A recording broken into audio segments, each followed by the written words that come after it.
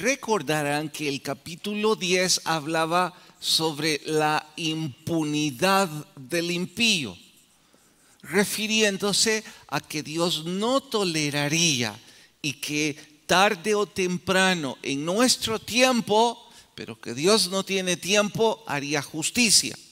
Luego recordarán del estudio de la media semana que el capítulo 12 hablaba de los vicios de la lengua del impío.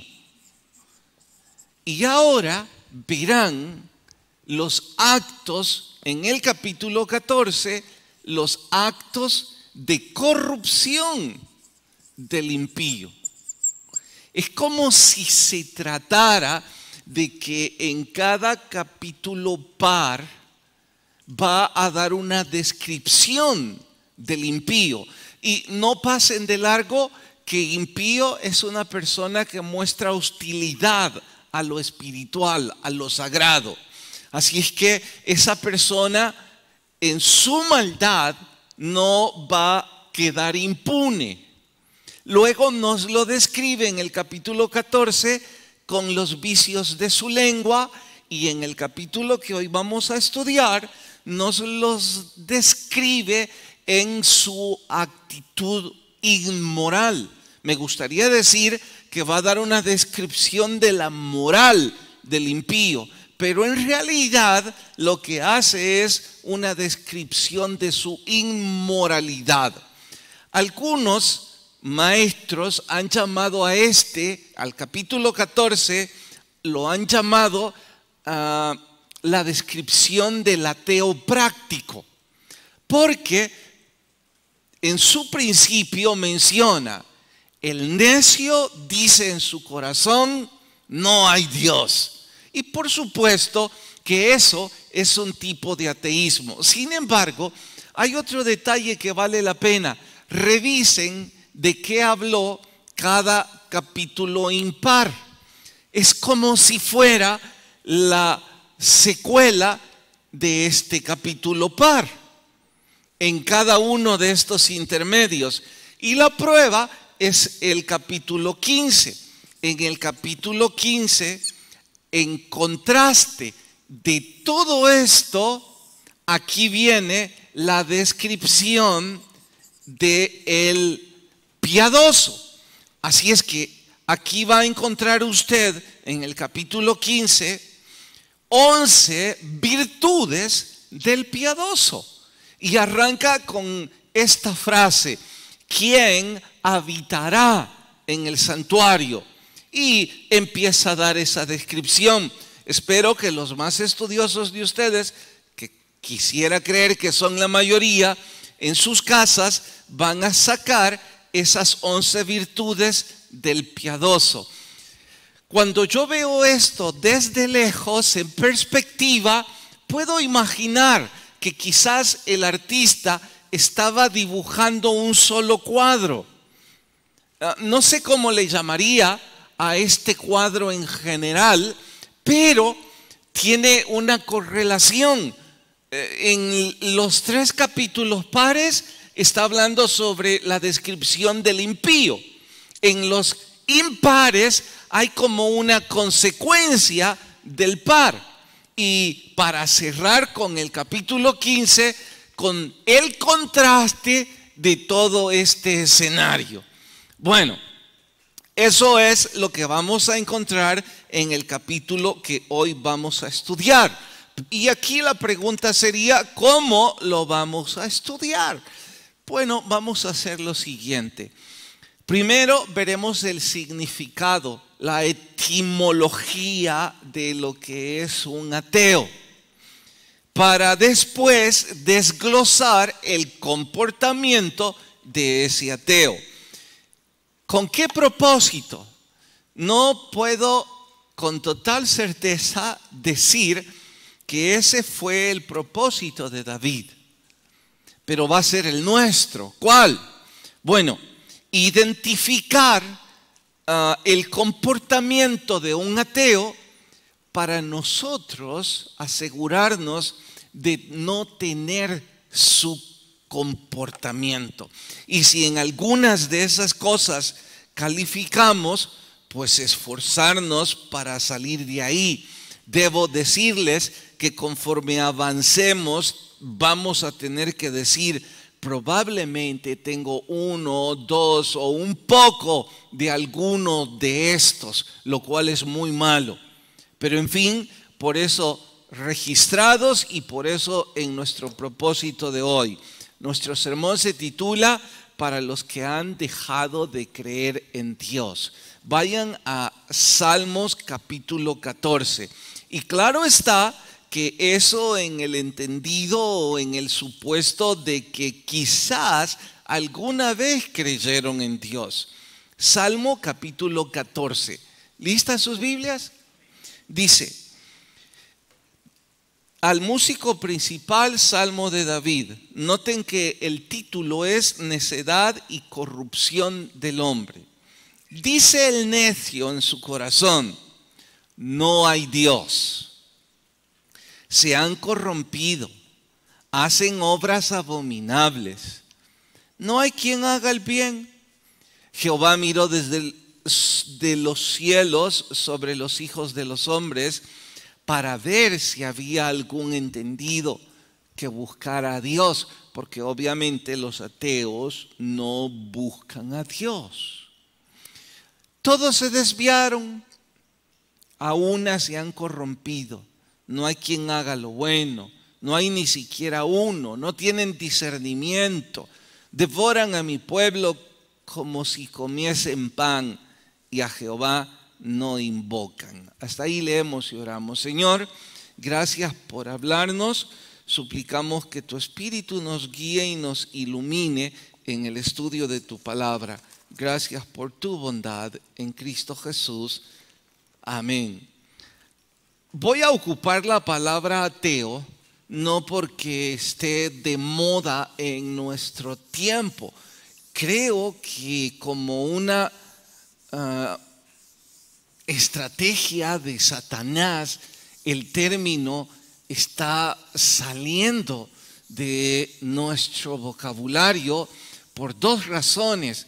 Una es que Satanás ha conseguido que nuestra sociedad sea indiferente a lo religioso. Y la otra es que algunos no se sienten ateos, porque dicen, si hay Dios, creo a mi manera. Bueno, por eso voy a empezar recalcando en el significado de la palabra ateo. Viene de este griego, atheus, y la raíz a significa sin y theo significa Dios. Así es que una persona atea es una persona sin Dios. El vocablo empezó a utilizarse para aquellos que renegaban de los dioses de la mitología griega. Noten, renegaban de los dioses de la mitología. ¿Por qué? Porque era una época en donde todo se le atribuía a los dioses de Zeus, los que hemos visto, si no en televisión, pues alguna vez en libros, y todos sabemos es pseudo divinidades, hasta llegaría al punto un absurdo. Bueno, muchos de los griegos se negaban a aceptar eso, los rechazaban y a ellos se les llamaba ateos. Sé que están algunos pensando, entonces fue un buen término. Cuidado, muchos de estos ateos rechazaban esas divinidades porque ellos practicaban cualesquiera otro tipo de filosofía. No es que abrazaban al Dios verdadero, simplemente rechazaban esas pseudodivinidades pero ellos se enredaban en otro tipo de creencias. Con esto debo recalcar que entonces el ateísmo como definición no es una religión, porque de hecho lo que el ateísmo hace es negar la religión. Es más bien un tipo de creencia. Y en este caso, estos ateos elegían creer en cualquier otra cosa, pero no en esos dioses. Por supuesto, tampoco en el Dios de los judíos. Yo diría que muchos de ellos en realidad practicaban más bien lo que hoy día llaman los libros el agnosticismo. ¿Qué es eso?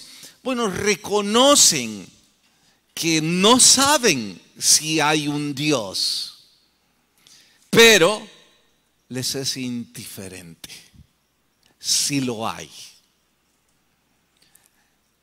Me atrevo a creer que es un tipo de envanecimiento intelectual el agnosticismo, una especie de soberbia asolapada, en donde dicen, bueno, yo no soy un ateo, yo reconozco que no sé si es que existe algún Dios. Y dentro de mi reconocimiento no me es importante. No me es importante porque decido creer en cualesquiera otras cosas. Creo en el pragmatismo, creo en el materialismo, creo en el existencialismo, creo en cualesquiera otras ramas de la filosofía para enfrentar mi vida en este planeta, pero no en Dios. Y saben, desde donde yo lo veo, creo que eso es lo que practica la mayor parte del mundo. Incluso con preocupación digo que a veces creo que eso es lo que practican algunos de los que se congregan en esta iglesia. Pero vamos, pastor, si estamos aquí es porque no creemos en un agnosticismo petulante. Voy a explicarles. El ateísmo se clasifica en un sinnúmero de departamentos, por así decirlo. Los antiteístas son los que son enemigos del concepto Dios. Los activistas son los que debaten para convencer a otros de que Dios no existe. Los intelectuales son los que estimulan su intelecto. Los no teístas son indiferentes. Los religiosos solo practican los rituales. 20 nombres de distinta manera de interpretar el ateísmo. Pero para mi gusto, solo existen dos. El que definitivamente niega la existencia de Dios y el que dice no saber si existe, pero igual no le interesa. ¿Significa que es una persona sin fe? No. Significa que su fe la tiene puesta en otras cosas, no en Dios. Porque todos somos personas de fe. Ya antes he puesto el ejemplo de que usted se sube al autobús con la fe de que ese motorista va a guiar ese vehículo a su destino. Usted no sabe si él está drogado, si él está desvelado por un problema familiar. Usted no sabe ni le importa porque usted confía en que ese motorista está calificado para guiar ese automóvil. Eso es fe. Tiene fe en Él. No sabe ni su nombre, pero tiene fe en Él. Y así vamos por la vida. Algunos tienen fe de que ese trabajo les va a rendir fruto y les hará felices. Otros tienen fe de que ese romance les va a llenar su vida. Todos creemos en algo. El hecho de no creer en Dios no significa que no creemos en algo, solo significa que no creen en Dios. Ahora, sin importar si es un ateo radical o un tipo de agnosticismo, en la época de David no estaba tan diversificado el concepto. Era un poco más simple y David dice, mire, hay características de una persona que no quiere poner su fe en Dios. Así que yo esta mañana voy a sumarme a David en el sentido de que no pretendo que alguien intente etiquetarse a sí mismo en cualquier concepción moderna. Más bien, seamos prácticos. ¿Cree en Dios o no? Si usted dice sí creo, bueno, entonces no calificará en estas características. ¿Cuáles? Prefiero que las encuentren ustedes. En el versículo 1 al 5 van a encontrar cuando menos puntualmente 5 características de las personas que no creen en Dios. Así que voy a darles 2 minutos, por favor, subrayen en sus Biblias las 5 características, las escribimos aquí y luego las desglosamos. Corran, por favor. Capítulo 14 hasta el verso 5, del 1 al 5.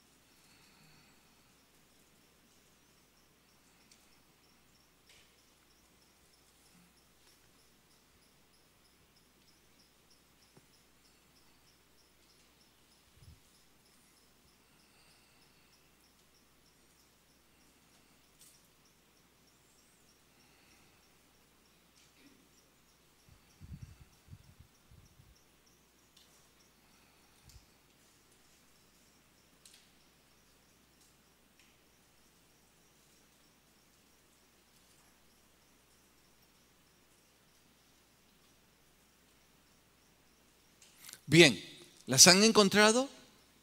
5. Ayúdenme pues, comencemos. Vayan por favor levantando la mano y sugiriendo. Hermana, ¿pero qué pasa con el necio? No, descríbanlo bien. ¿Sí, hermana Mariana? No, la primera. ¿Sí, hermano? Eso no está en el verso 1. Hermana Marta, eso no está al principio. ¿Sí? Exacto. ¿Qué es lo que dice el necio? No hay Dios. Entonces, ¿qué están buscando? Características del necio. ¿Cuál es la primera? Dice que no hay Dios. Exacto. Igual que el plumón. Este es un necio. Este tiene espíritu ateo. Regálame otro, porfa. Segunda. A ver, hermano. Son personas corruptas. Es todo. Cuando dice que son corruptas es todo. Pero como característica individual no aparece así. Vayan en orden. Hermano Julio. Gracias. No. Hacen obras abominables. Pero antes de hacer obras abominables, bueno, déjenme ver. Vayan sacando una de cada verso. Es decir, una del verso 1, una del verso 2, una del verso 3. Vamos a tomar ese orden mejor para tratar de uniformar. A ver, hermano. Exacto. No busca a Dios. Esa es la segunda característica. No busca a Dios y aquí dice que no hay Dios. Ok, ahora vamos por mejor camino. Olvidé poner dice. Tercero. ¿Perdón, hermano? Sí, esa es la tercera. Se desvían.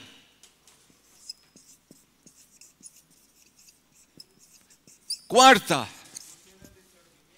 Perfecto. Sin discernimiento. ¿Y 5?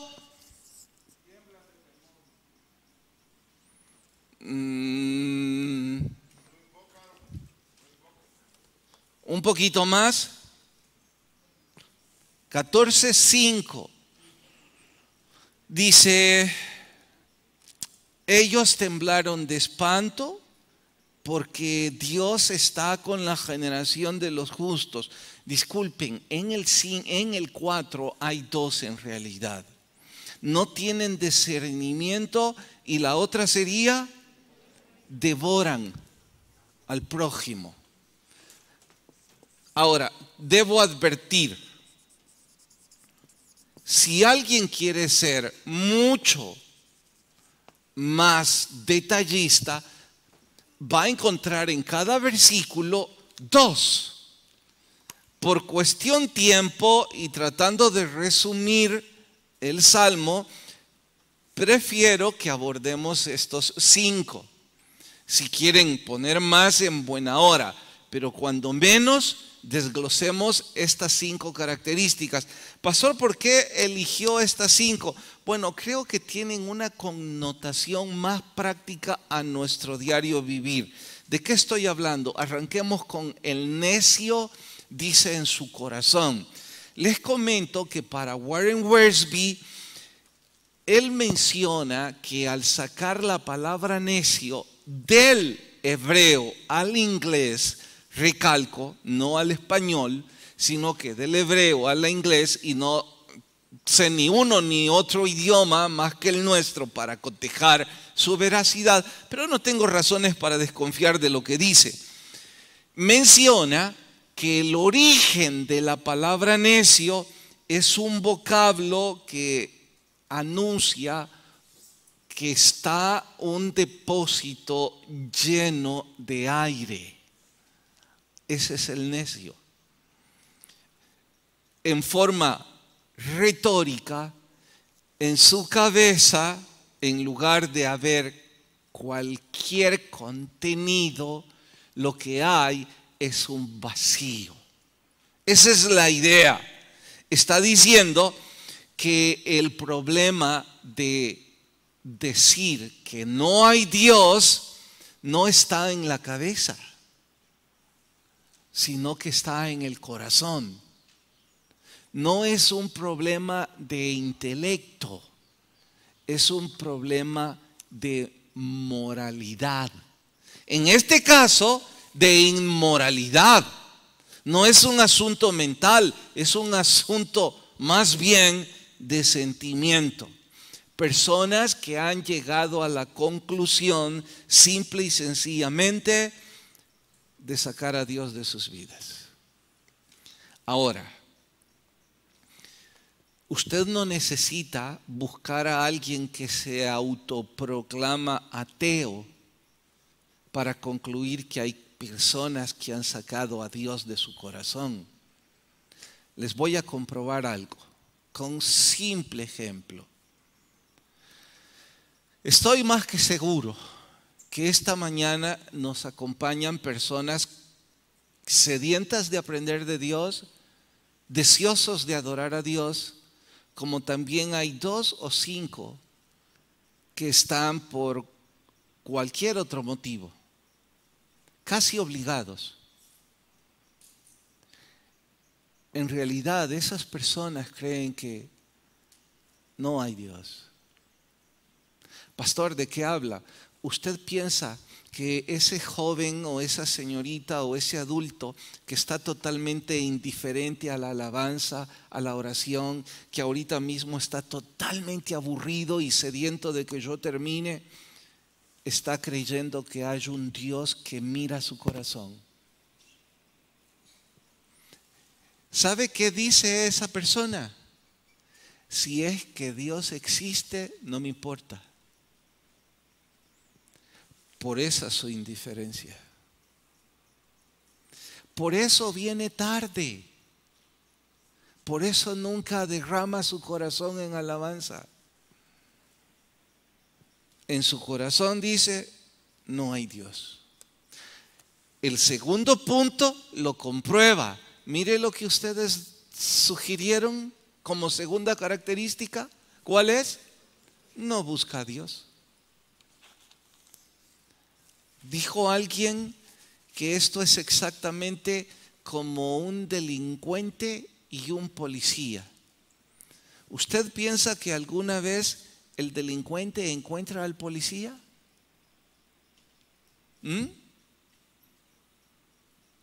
¿Piensa que ellos se encuentran?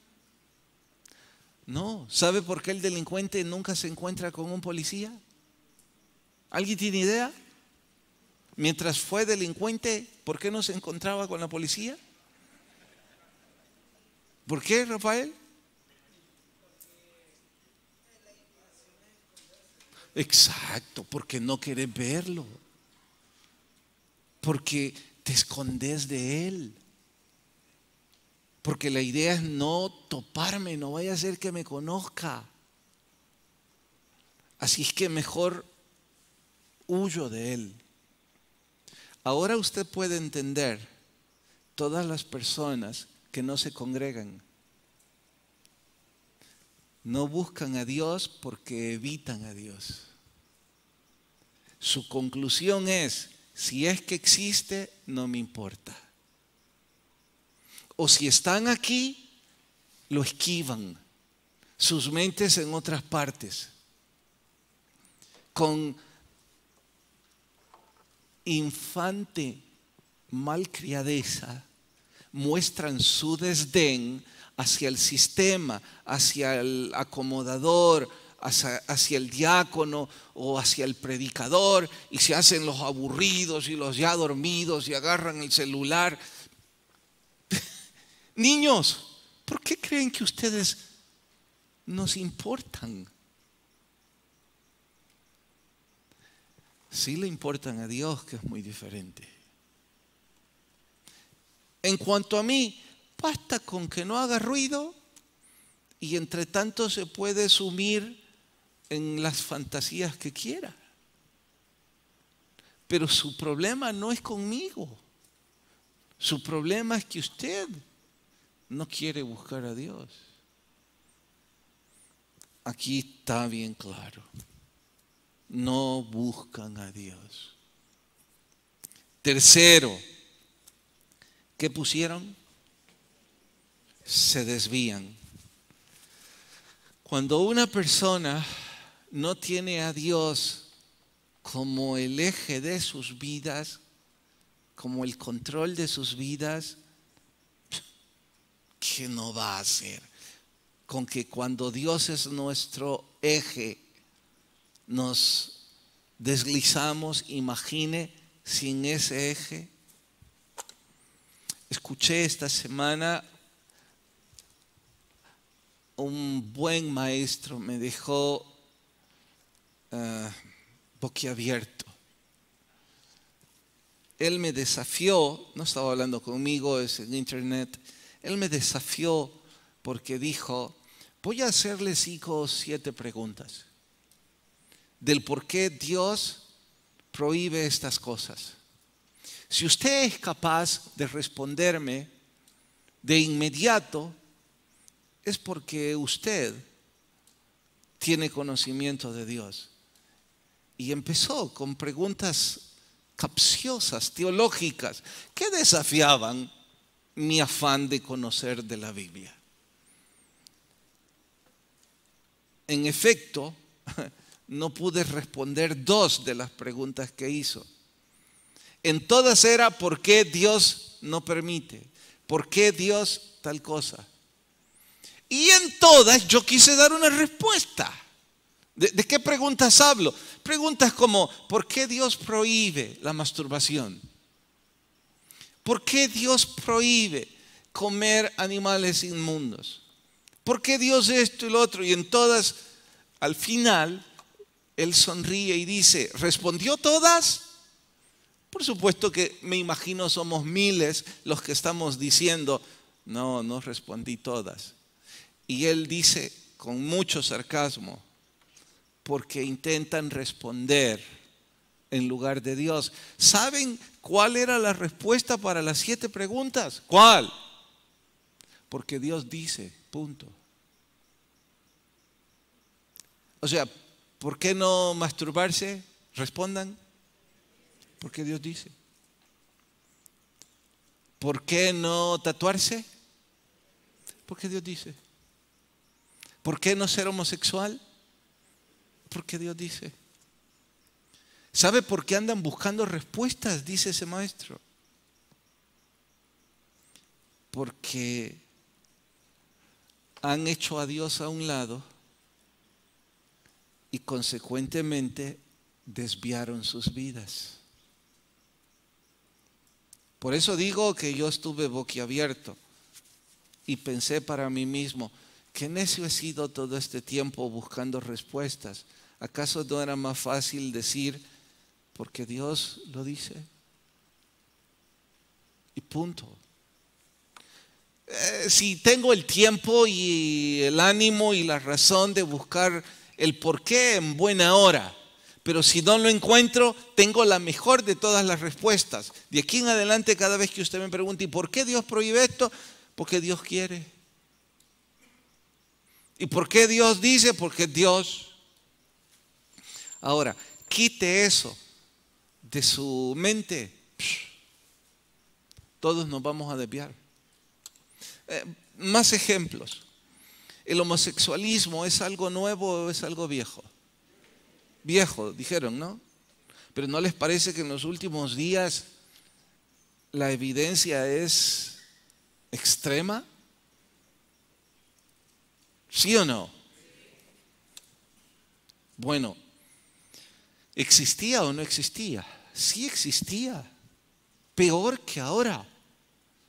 Sodoma y Gomorra, la Biblia dice que era peor que ahora. En la época de los griegos y de los romanos era peor que ahora. ¿Y por qué es que era peor? Porque habían sacado a Dios de sus vidas, porque no lo buscaban y consecuentemente se desviaban en cualquiera tipo de cosas. Ahora usted va a entender por qué las personas que quieren estar desviados de su moral no buscan a Dios y dicen que no hay Dios. Quieren estar ahí, en su pecado. tienen 8 razones para no venir a la iglesia. Pero la única verdad es esta. Tienen 1, 2 o 3 pecados que no quieren soltar. Consecuentemente no buscan a Dios. ¿Me estoy dando a entender? ¿Verdad que no es tan filosófico el asunto? Es práctico. Tan práctico como el hecho de que si esta noche, la noche que recién pasa, yo no dormí con la que es mi esposa, yo no estoy feliz de levantarme para que un predicador me diga que estoy en adulterio. En lugar de eso, mejor no voy. ¿Está claro? En lugar de eso, mejor digo que si Dios existe, no tiene nada que ver conmigo. En lugar de eso, digo que en esa iglesia solo hipócritas hay. El siguiente punto, no tienen discernimiento. Todos sabemos que discernimiento es la capacidad de decidir entre el bien y el mal. No tienen discernimiento por consecuencia de los primeros 3. Ya se desviaron, no buscan a Dios. Y como dicen que no hay Dios en sus vidas, pues entonces tampoco pueden discernir entre el bien y el mal. Anderson, el escritor del libro que estamos leyendo en el club esta semana, me mostró con un ejemplo tan sencillo cómo esto nos quita la percepción de lo real. ¿De qué estoy hablando? Preste atención a esto. Después de la caída de Adán y Eva, después de que comieron del árbol, ¿recuerda qué es lo que hicieron de inmediato? Además de taparse, se escondieron. ¿De quién? ¿Se podía alguien esconder de Dios en el huerto? ¿Y entonces para qué se anda escondiendo?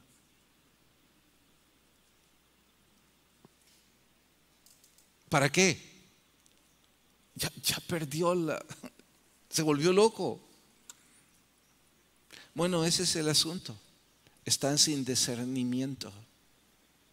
Las personas que ya se desviaron y están en pecado y han hecho a Dios a un lado, ya no disciernen. Creen que pueden vivir en la manera que les dé la gana. ¿Hasta cuándo? Hasta que Dios lo decida. Y finalmente terminan devorando al prójimo. Pero ¿y por qué no? Si no hay discernimiento, están desviados, no buscan a Dios y dicen que no hay Dios en su corazón.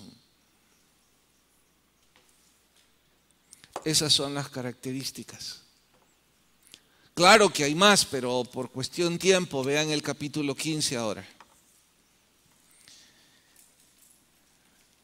Jehová, después de haber visto todo eso, viene la pregunta del salmista: ¿y entonces quién habitará en tu tabernáculo? ¿Quién morará en tu santo monte? Es como decir, bueno, y entonces, ¿quién va a estar en tu presencia? Uno, el que anda en integridad. Otro, el que habla verdad. Otro, el que no calumnia. Otro, el que no hace mal a su prójimo. Otro, el que no admite reproche. Otro, aquel cuyos ojos es vil al menospreciado. Otro, los que honran a Dios. Otros, los que no dan dinero a usura. Paren, son 11. En comparación al todo el escenario que les presenté al principio del capítulo 10, 12 y 14, ¿qué les parece este capítulo? ¿Alguien tiene una opinión? Este capítulo en comparación a todo lo demás, a todo lo que viene atrás, ¿qué expresión nacería en su corazón? ¿Sí, hermano Julio? Vamos. ¿Alguien más? ¿Nadie más? ¿De veras no surge ninguna opinión? ¿Rafael?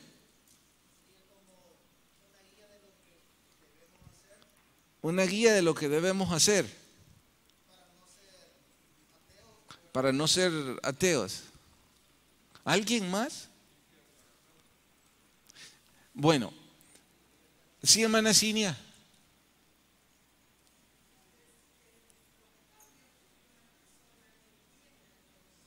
Casi lo dijo. Es todo lo contrario de los capítulos anteriores. Pastor, está exagerando. ¿Cómo que estoy exagerando? Los vicios de la lengua, mire, aquí dice en el verso 3, no calumnia con su lengua. En lo que se desvía, aquí dice el verso 2, anda con integridad. En los que dicen no hay Dios, aquí dice los que temen a Dios. Es todo lo contrario. En resumen, yo tengo que preguntar entonces, ¿qué les animo a estudiar? ¿Del capítulo 10 hasta el 14 o mejor finalmente solo el 15? Y nos preguntamos si en estas 11 cosas yo califico bien. Es decir, estoy caminando con integridad, al menos luchando por ello. Estoy intentando no calumniar con mi lengua y así puedo ir. Y saben, alguien en este punto me dirá, pero más parece una especie de filosofía de portarme bien. Sí, si no estuviera el verso 4 en donde dice, pero honra a los que temen a Jehová. O sea, no es solo asunto de hacer las cosas bien, es asunto de poner a Dios en nuestro corazón como nuestro propósito de vida, de tener a Jesús como nuestro Señor. Y esa es la pregunta final. Si el Señor Jesús es el Señor de nuestras vidas. Me pregunto a aquellos de nosotros que cada domingo escuchamos algo como esto, pero en realidad queremos vivir como nos da la gana. ¿Habrá alguna confrontación? ¿Sentimos alguna vergüenza y algún arrepentimiento y algún deseo de volvernos a Dios? Los que tomamos hoy la Santa Cena sin una pizca de propósito de honrar a Dios. Cada quien decide. Oramos. Señor, gracias por tu palabra y por lo que ésta nos enseña.